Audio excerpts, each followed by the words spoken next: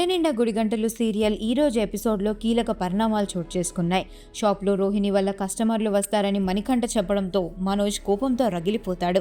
రోహిణిపై ఉన్న కోపాన్ని కస్టమర్లపై చూపిస్తూ మలేషియా ఆర్డర్ని కూడా వద్దనుకొని కస్టమర్ను పంపించేస్తాడు. రోహిణి తన తప్పులను సమర్థించుకోవడానికి ప్రయత్నించినప్పటికీ మనోజ్ మాత్రం ఆమెను క్షమించనని, తల్లి మాటకి కట్టుబడి ఉంటానని తెగేసి చెప్తాడు.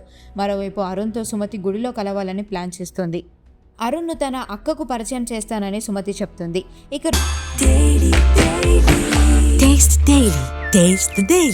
రోహిణి తన స్నేహితురాలు విద్య దగ్గర తన బాధను వెళ్ళబోసుకోగా కొడుకుని దాచడం, కన్నతల్లినే చంపేశానని చెప్పడం చిన్న అబద్ధాలు కాదని విద్య వాన్ చేస్తుంది.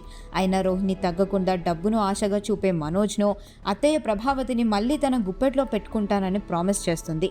అటు బాలు మీనా సరదాగా మాట్లాడుతుండగా బాలుకి సెంట్రల్ జైలు నుండి బయటకు వచ్చిన తన చిన్ననాటి ఫ్రాడ్ స్నేహితుడి నుండి వీడియో కాల్ వస్తుంది. అతడికి ఏదైనా పని చూపించమని బాలుని కోరతాడు. అంతటితో ఇవాల్టి ఎపిసోడ్ ముగుస్తుంది.